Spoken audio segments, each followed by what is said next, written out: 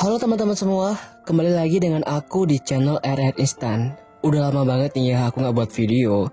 Maaf banget buat kalian yang udah nungguin aku, dan maaf juga buat yang udah request tapi belum keturutan. Karena aku kemarin itu sibuk banget sama magang dan harus ngisi skripsi juga tahun ini. Terutama buat kamu, maaf banget ya. Doain aku cepet lulus ya teman-teman. Oke, kali ini aku akan membahas anime Kimetsu no Yaiba season kedua yang udah lama kalian tunggu-tunggu nih. Secara garis besar, season kedua kali ini akan mengangkat cerita pemburuan iblis di distrik hiburan dengan judul Kimetsu no Yaiba Yukakuhen. Ya, karena hanya akan membahas arc itu aja, makanya cuma dapat 11 episode nih. Tapi nggak masalah.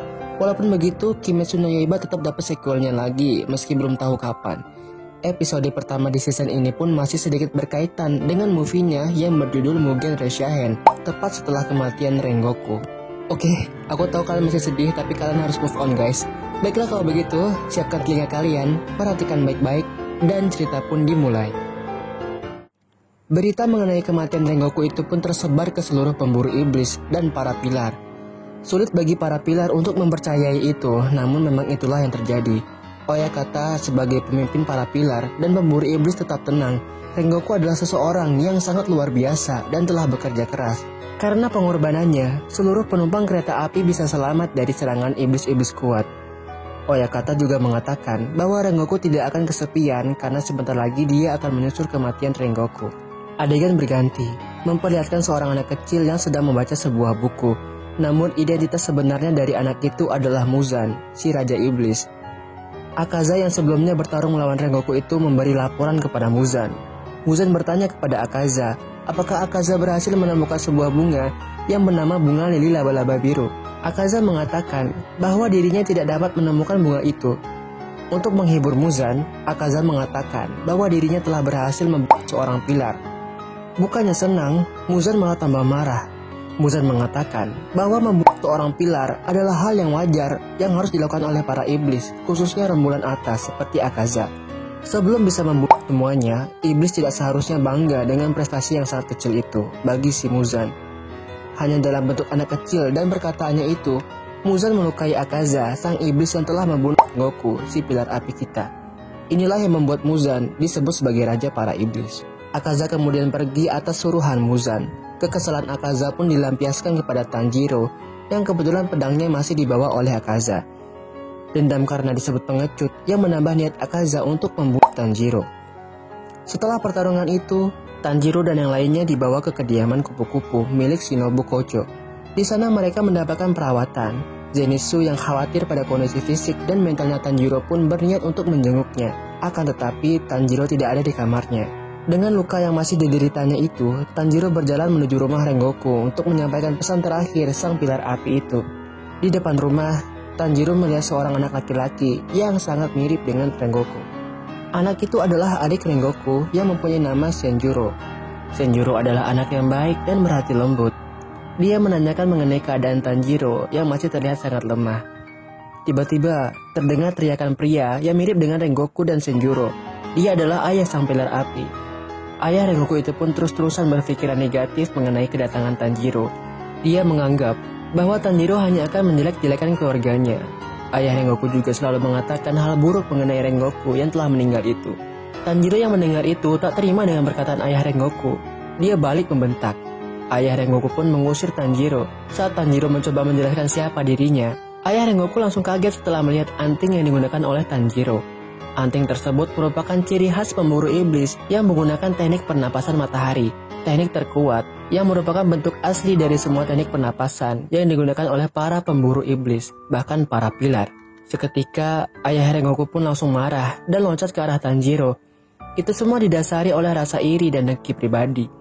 Tanjiro sempat tak berdaya karena ditahan seperti itu oleh ayah Rengoku. Senjuro yang melihat hal tersebut mencoba menghentikan perbuatan ayahnya, namun malah berakhir dengan sebuah pukulan yang dilayangkan oleh ayahnya sendiri. Lagi-lagi, hal tidak pantas yang dilakukan oleh seorang ayah kepada anaknya itu membuat Tanjiro marah. Dia berhasil lepas dari belenggu ayah Rengoku dan Senjuro. Untuk memudahkan aku dalam bercerita, mari kita sebut ayah sang pilar api ini dengan namanya, yaitu Shinjuro. Tanjiro marah dan menanyakan kepada Shinjuro kenapa dia tega menjelek-jelekan anaknya sendiri yang sudah meninggal, lalu memukul anak keduanya. Namun jawaban Shinjiro tidak menjelaskan itu. Shinjiro malah mengatakan bahwa kedatangan Tanjiro hanya untuk mengejek keluarganya, hanya karena Tanjiro diduga mampu menggunakan penapasan matahari. Tanjiro sama sekali tidak mengerti dengan maksud Shinjiro. Shinjiro lagi-lagi mengatakan bahwa Tanjiro bersikap sombong karena Tanjiro adalah pengguna penapasan matahari. Setelah mendengar itu, Tanjiro menangis sambil berteriak bahwa dirinya tidak pantas untuk sombong setelah menerima banyak luka akibat pertarungannya tempo hari. Tanjiro berlari ke arah Shinjiro sambil berkata bahwa Shinjiro tidak boleh mengejek Rengoku. Tanjiro yang kepancing emosi mencoba menghajar Shinjiro yang ternyata adalah seorang mantan pilar. Tanjiro terkena pukulan Shinjiro, kemudian dia membalasnya dengan sebuah sundulan kepala. Setelah perseteruan itu, Tanjiro menyesali perbuatan tidak sopannya. Shinjiro yang berada di dekatnya mencoba menenangkan Tanjiro dengan berkata bahwa ayahnya akan baik-baik saja. Shinjiro bertanya kepada Tanjiro mengenai saat-saat terakhir kakaknya dan Tanjiro mengatakan bahwa Rengoku sangat hebat. Selain itu, Shinjiro mengatakan kepada Tanjiro mengenai buku catatan tarian bara api yang sedang dicari oleh Tanjiro. Namun ternyata buku itu sudah rusak dan hampir tidak bisa dibaca lagi. Shinjiro mengatakan bahwa mungkin ayahnya lah yang telah melakukannya. Shinjiro meminta maaf kepada Tanjiro. Menanggapi hal itu, Tanjiro tidak mempermasalahkannya. Tanjiro mengatakan bahwa dia harus berlatih dengan lebih giat lagi untuk dapat menggunakan tarian Dewa Bara Api secara sempurna. Semangat dan tekad Rengoku telah membuat Tanjiro termotivasi untuk bisa mengikuti langkahnya menjadi seorang pilar yang kuat. Setelah mendengar perkataan Tanjiro, Shinjiro mulai bercerita mengenai keadaan keluarganya yang tidak akan punya penerus setelah kepergian Rengoku. Hal itu dikarenakan rasa putus asa Shinjiro untuk terus melangkah maju sebagai seorang pemburu iblis. Shinjiro mengatakan bahwa sekeras apapun dia berusaha, semuanya tetap percuma saja. Lalu Shinjiro lebih memilih melakukan hal lain yang lebih bermanfaat bagi orang lain, yang dengan kata lain, itu akan memutuskan generasi pilar api yang sudah berjalan di keluarganya dari generasi pertama hingga generasi Rengoku sekarang yang mungkin sudah lewat lebih dari 20 generasi. Setelah percakapan mereka selesai, Tanjiro yang beranjak pulang sedikit tertahan oleh Shinjiro. Shinjiro memberikan subah yang merupakan lingkaran yang mengelilingi bilah pedang milik kakaknya itu kepada Tanjiro. Awalnya Tanjiro merasa sangat tidak pantas untuk menerimanya, tapi Shinjiro mengatakan bahwa Shinjiro ingin Tanjiro lah yang memiliki subah milik mendiang kakaknya itu. Tanjiro yang masih melihat kesedihan di wajah Shinjiro pun tidak punya pilihan lain selain menerimanya. Usai menerima pemberian dari Shinjiro itu, Tanjiro pun beranjak pulang. Setelah mengantarkan Tanjiro, Shinjiro pun kembali ke dalam rumahnya untuk menemui ayahnya, Shinjiro. Shinjiro ingin menyampaikan pesan terakhir Rengoku untuk ayah mereka itu.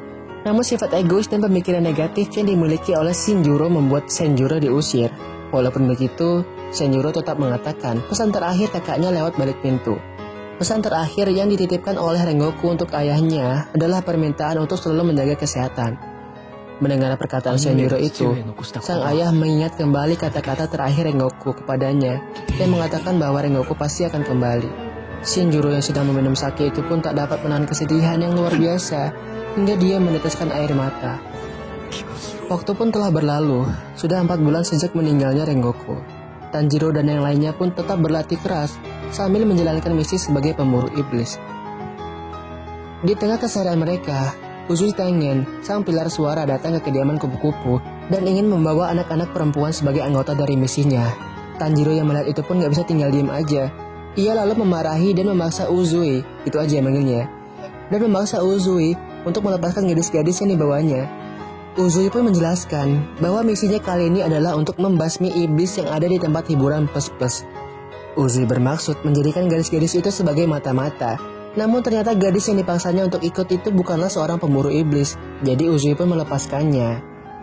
Sebagai gantinya, trio begudal di anime ini pun menawarkan diri menjadi mata-mata dan berdandan layaknya banci supaya bisa masuk ke dalam misi. Singkat cerita, mereka pun sampai di distrik hiburan. Misi pertama mereka adalah mengumpulkan informasi tentang keberadaan iblis di tempat itu dan menemukan istri-istri Uzui yang berjumlah 3 orang yang telah duluan masuk sebagai mata-mata dan mendadak tidak ada kabar dari mereka. Tanjiro, Inosuke, dan Zenitsu pun diarahkan ke rumah bordil yang telah dicurigai Uzui dan ketiga istrinya sebagai tempat persembunyian iblis yang diduga punya pangkat rembulan atas. Ketiga istri Uzui itu bernama Hinatsuru, Makio, dan Suma. Tidak perlu menunggu waktu lama, kecurigaan Uzui dan para istrinya pun benar. Iblis itu berada di rumah bordil, tempat Inosuke bertugas menjadi banci. Dan ternyata, iblis itu telah mengetahui bahwa Makio adalah mata-mata. Inosuke pun menyadari itu, namun udah terlambat. Makio dan iblis itu udah gak ada lagi di tempatnya. Beralih ke tempat lain, Zenitsu dan Ganjin merasakan bahwa ada seorang gadis yang menangis. Bener aja nih, dia melihat seorang gadis kecil yang menangis sambil menangis kesakitan. Saat sedang menghibur gadis itu, tiba-tiba Zenitsu merasakan aura iblis yang sangat pekat. Dia sadar bahwa perempuan yang ada di belakangnya adalah iblis yang punya kedudukan tinggi. Perempuan itu pun beralih kepada gadis yang menangis itu dan menjewer telinganya sampai berdarah. Zenitsu yang melihat itu gak bisa tinggal diem. Ia lalu mencengkeram tangan perempuan itu dan memaksanya untuk melepaskan gadis kecil yang lagi dijewernya. Tanpa basa-basi, perempuan itu pun lantas menabok Zenitsu hingga terpental jauh. Dan akhirnya diketahuilah bahwa identitas perempuan galak itu adalah iblis rembulan atas nomor 6 yang sengaja memancing keributan untuk mengundang para pemburu iblis. Setelah kejadian itu, Zenitsu yang menyamar menjadi Zenko pun menghilang dari kediaman rumah bordil. Sementara itu, Tanjiro mendapat informasi dari Oiran yang bernama Koinatsu bahwa Suma, sang istri dari Uzui, sempat kabur dari rumah bordil tidak lama sebelum mereka tiba. Keesokan harinya, Tanjiro, Inosuke, dan Uzui membahas kemunculan iblis yang telah mereka sadari. Uzui yang merasa bertanggung jawab atas hilangnya Zenitsu memerintahkan Tanjiro dan Inosuke untuk pulang aja.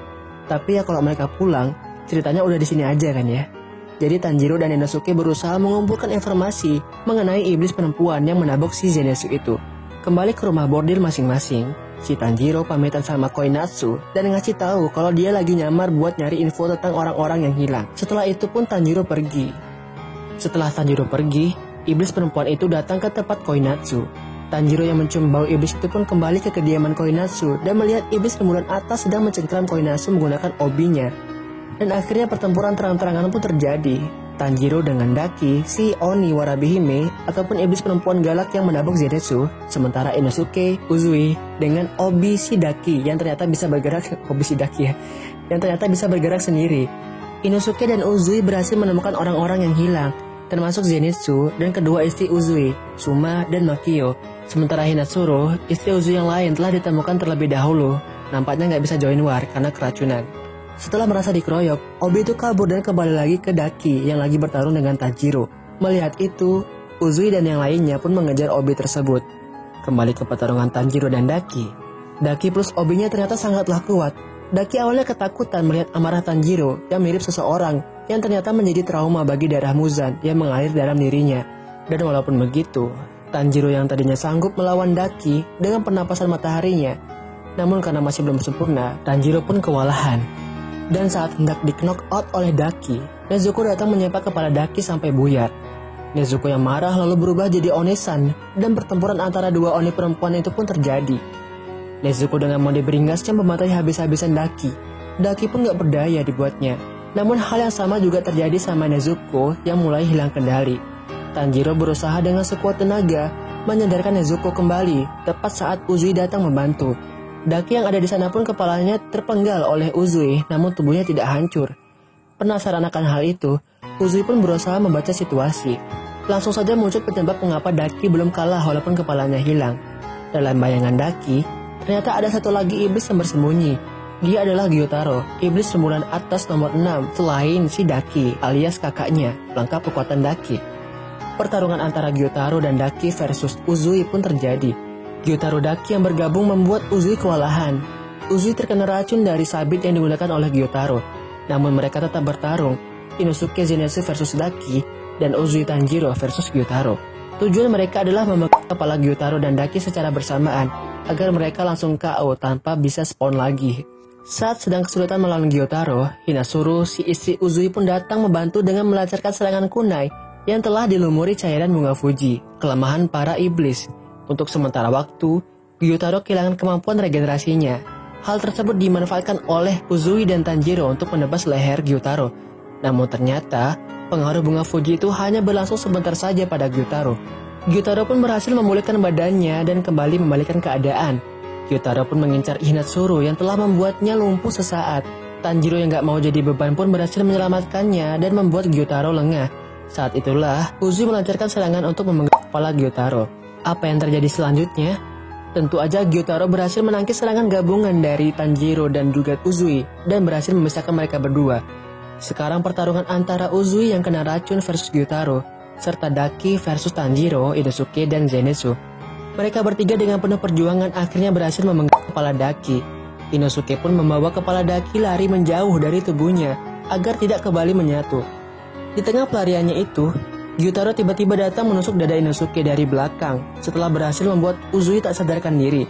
Keadaan para pemburu iblis kita kini berada di ujung tanduk, terkapar karena terluka parah dan terkena racun, dan menyisakan trio begundal yang udah babak belur. Keadaan sekitar pun kacau balau. Inosuke nampak gak bisa bangun lagi setelah ditusuk dari belakang. Zenitsu kejepit reruntuhan bangunan, sementara Tanjiro yang tegak aja udah susah. Gyutaro yang tahu kalau Nezuko itu adalah adiknya, nambah memprovokasi Tanjiro dan ngatain Tanjiro itu abang yang lemah. Dan seperti biasa, ucapan para iblis saat lawannya udah di ujung tanduk. Mau jadi iblis nggak? Tapi Tanjiro pasti nggak maulah. Tanjiro pun berlari ke arah kunai Hinatsuru yang ada racun bunga Fujinya dan berhasil menusukkannya ke kaki Gyutaro. Gyutaro pun kena lagi dan Tanjiro bereaksi dengan mencoba memegang kepalanya. Namun serangan Tanjiro terlalu lemah. Dan saat itulah Uzui datang setelah berhasil spawn lagi dengan pergelangan tangannya yang udah buntung untuk melawan Gyutaro lagi. Sementara itu, Zenitsu yang merasa Tanjiro dan Uzui yang udah ngasih peluang emas pun ikut mencoba memegang kepala Daki. Dengan sekuat tenaga, mereka berhasil mengalahkan kedua iblis adik kakak itu. Tubuh Tanjiro yang udah melampaui batasnya itu pun mengalami perubahan. Luka bakar yang ada di jidatnya berubah menjadi tanda kobaran api dan rambutnya menjadi merah menyala. Ini sebuah kode guys. Kalau kalian mau tahu lanjutannya, aku bakal bahas ini. Oke, kembali lagi ke cerita. Dengan kekuatan full powernya, Tanjiro dan Uzui berhasil menebas kepala Gyutaro bersama dengan Inosuke dan Zenitsu menebas leher Daki. Akhirnya kepala kedua iblis itu pun Namun ternyata pertarungan belum selesai. Tanjiro yang udah gak kuat lagi pun akhirnya tumbang tepat sebelum serangan terakhir Gyutaro Daki menyerang mereka. Serangan gabungan iblis adik kakak itu pun kembali menghancurkan sekitar dan membuat Tanjiro dan yang lainnya pun kacau balau. Akan tetapi, Nezuko dengan wujud iblisnya menggunakan teknik darah miliknya dan berhasil menetralisir damage serangan Gyutaro Daki. Selain itu, teknik darah Nezuko ternyata mampu menyembuhkan Inosuke dan Uzui dari serangan racun Gyutaro. Setelah tenang, Nezuko dan Tanjiro bergerak menuju tempat kepala Gyutaro dan Daki berada untuk mengambil darah mereka sebagai bahan untuk uji coba mengembalikan Nezuko kembali menjadi manusia. Adegan selanjutnya adalah flashback masa lalu Gyutaro dan Daki. Aku agak penasaran dengan ini. Apa kalian mau aku buatin satu video khusus yang menceritakan masa lalu dari semua iblis tingkat atas? Kalau kalian mau, komen ya mamang. Oke, kita kembali lagi ke cerita. Berita kemenangan Tanjiro dan yang lainnya melawan iblis tingkat atas pun menyebar dan menambah harapan mereka untuk membawa manusia hidup damai tanpa teror para iblis. Setelah itu, season kedua Kimetsu no Yaiba Yukaku Hen pun selesai. Kimetsu no Yaiba ini sendiri bakal lanjut dengan mengangkat cerita pemburuan iblis di desa para pengrajin pedang. Sequelnya bakal berjudul Kimetsu no Yaiba Katanakaji no Satu Hand. Di Arch itu sendiri, nantinya kita akan diperlihatkan beberapa masa lalu para pilar sebelum jadi pemburu iblis. Apa aku harus buat video pembahasannya? Komen di bawah ya. Oke teman-teman semua, terima kasih sudah menonton video ini sampai selesai. Sekian aja video kali ini. Jangan lupa untuk tekan tombol like, share ke teman-teman kalian semua supaya yang nggak tahu isi video ini jadi tahu. Dan subscribe channel ini supaya aku lebih semangat lagi nih buat video-video baru. Silahkan komen di bawah juga kalau kalian punya request anime apa lagi yang pengen aku buatin versi seluruh alur ceritanya. Oke, sampai jumpa di video berikutnya dan bye-bye.